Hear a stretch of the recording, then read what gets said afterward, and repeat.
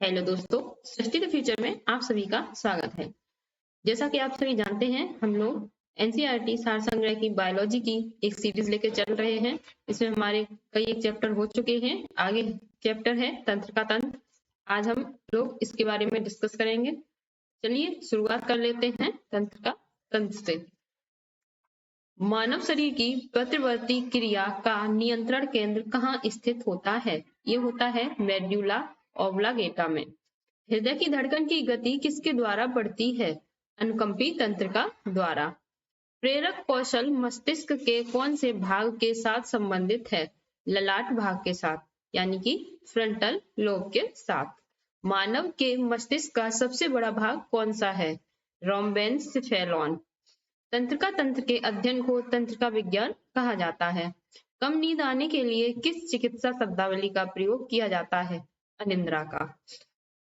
मस्तिष्क का कौन सा भाग गुरुत्वाकर्षण के विरुद्ध शरीर का समर्थन करता है? अंतराली केंद्रक। औसतन एक सामान्य मानव मस्तिष्क का भार कितना होता है? 1.36 किलोग्राम। शरीर में प्रतिवर्ती क्रियाओं का नियंत्रण एवं समन्वय कौन करता है? ये करता है मेरुरज्जु। सेरेब्रम पाल्सी का मस्तिष्क संबंधी विकार है जो सामान्यतः छोटे बच्चों में पाया जाता है। तंत्र का विकास सर्वप्रथम किस जीव में माना जाता है? तो ये माना जाता है हाइड्रा में। मनुष्य में कपाली तंत्रिकाओं की संख्या होती है 12 जोड़ी। मनुष्य में मेरु तंत्रिकाओं की संख्या कितनी होती है? 31 जोड़ी। मानव शरीर में मुख तथा तृप्ति मस्तिष्क के किस भाग द्वारा नियंत्रित होती है? तो मानव शरीर की भूख हाइपोथैलेमस के द्वारा नियंत्रित होती है। डिस्लेक्सिया नामक बीमारी मानव शरीर के किस अंग से संबंधित है? ये है मस्तिष्क से। शरीर के अन्य सभी अंगों की तुलना में किस अंग को ऑक्सीजन की आवश्यकता सर्वाधिक होती है? तो ये मस्तिष्क को होती है। तंत्रिका ऊतक का प्रमुख कार्य क्या है? उत्तेजना को प्राप्त करना तथा मेरुरज्जु व मस्तिष्क के आवेग को भेजना। आगे देखते हैं। भोजन ग्रहण करने के पश्चात आहार नाल की तरंग गति और इसकी दीवार की ग्रंथियों के श्रावण का उत्तेजन किस तंत्र द्वारा होता है? ये होता है परानुकंपी तंत्र के द्वारा। कौन से तंत्र हमारे शरीर में समन्वय का कार्य करते हैं? तंत्रिका एवं अंतःस्रावी तंत्र। जो मनुष्य यह नहीं समझ पाता है कि कब उसे भोजन करना रोक देना चाहिए, वह किस रोग से पीड़ित है? बुलिमिया से। जैविक घड़ी मानव शरीर के किस अंग में स्थित होती है? तो ये होती है हाइपोथैलेमस में। एपिथैलेमस किस ग्रंथियों से निर्मित होता है? पीनियल ग्रंथि और हैवेन्यूला से। मानव शरीर का कौन सा भाग अल्जाइमर रोग से प्रभावित होता है? ये होता है मस्तिष्क। मांसपेशियों के रेशों में आवेग संचरण के लिए किस पदार्थ की आवश्यकता है? तो ये है सोडियम की। मनुष्य का मस्तिष्क कितने भागों में विभाजित होता है? 3 भागों में विभाजित होता है, सेरेब्रम, सेरेबेलम और ब्रेन स्टेम। आगे देखते हैं। न्यूरॉन का बाहर निकला हुआ लंबा भाग क्या कहलाता है? तंत्रिकाक्ष। तंत्रिका कोशिकाओं के तंत्रिकाक्ष के चारों ओर किस पदार्थ का आवरण पाया जाता है? ये पाया जाता है मेलन का। सुई चुभाने पर किस अंग में पीड़ा का अनुभव होता है? मस्तिष्क में। मानव के जन्म के पश्चात किस अंग में कोशिका विभाजन नहीं होता? ये होता है तंत्रिका कोशिका में। अब देखते हैं कुछ चिकित्सकीय उपकरण और उनका उपयोग। जैसे कि सिटी स्कैन, ये शरीर में असामान्यता के लिए यूज किया जाता है। इलेक्ट्रोकार्डियोग्राफ, इसका यूज किया जाता है हृदय में विकार का पता लगाने के लिए। ऑटो एनालाइजर, इसका उपयोग जैव रासायनिकों की जांच के होता है। पेसमेकर, ये हृदय की गति को नियंत्रित करने में इसका उपयोग होता है। मानव शरीर का कौन सा भाग वृद्धि, स्मृति और तर्क का केंद्र होता है? ये होता है सेरिब्रम। 2 तंत्रिका कोशिकाओं के मिलन को क्या कहते हैं? सिनेप्स। आगे देखते हैं। नेक्स्ट चैप्टर है रक्त परिसंचरण तंत्र। इसके देखते हैं क्वेश्चन। मानव शरीर में कौन सी रक्त कोशिकाएं संक्रमण से शरीर की रक्षा करती हैं?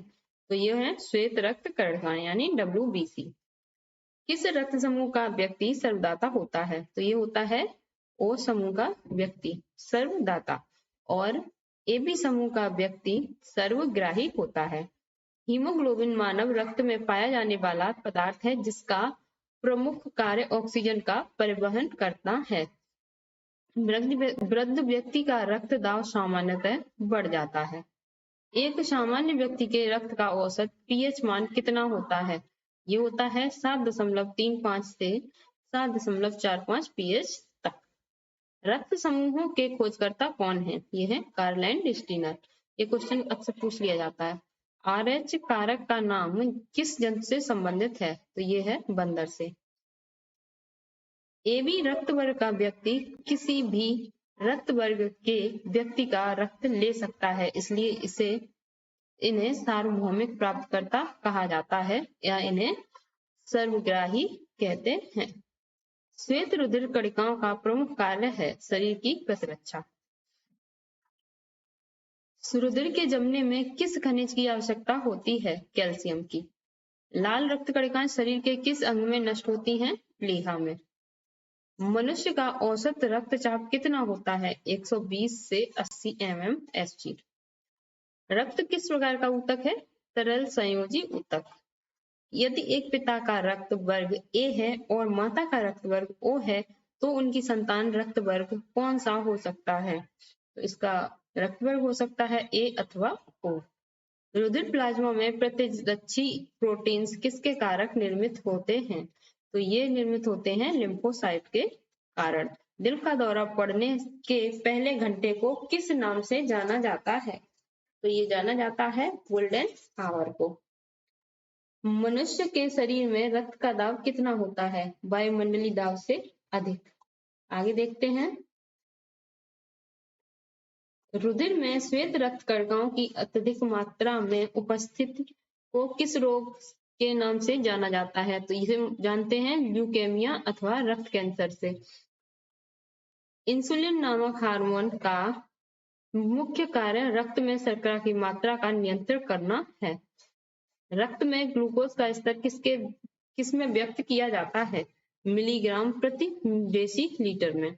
रक्त का थक्का बनने के दौरान होने वाली अभिक्रियाएं thromboplastin plus prothrombin plus calcium, इससे बनता है थ्रोम्बिन, और थ्रोम्बिन प्लस फाइब्रिनोजेन, इससे बनता है फाइब्रिन, और फाइब्रिन प्लस रुधिराणु, इससे बनता है रक्त का थक्का। रक्त का थक्का ऐसे बनता है इस प्रोसेस के द्वारा।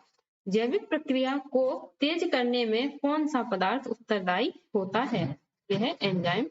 प्रतिजन एक ऐसा पदार्थ है जो प्रतिरक्षी के निर्माण को उद्दीपित करता है तथा इसकी मुख्य विशेषता प्रतिरोधियों के निर्माण को प्रेरित करना है।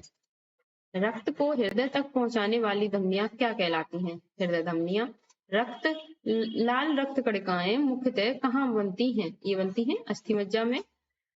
प्लाज्मा में जल का प्रतिशत कितना होता है? लगभग 90%। स्टार्च के जल अपघटन से कौन सा एंजाइम बनता है?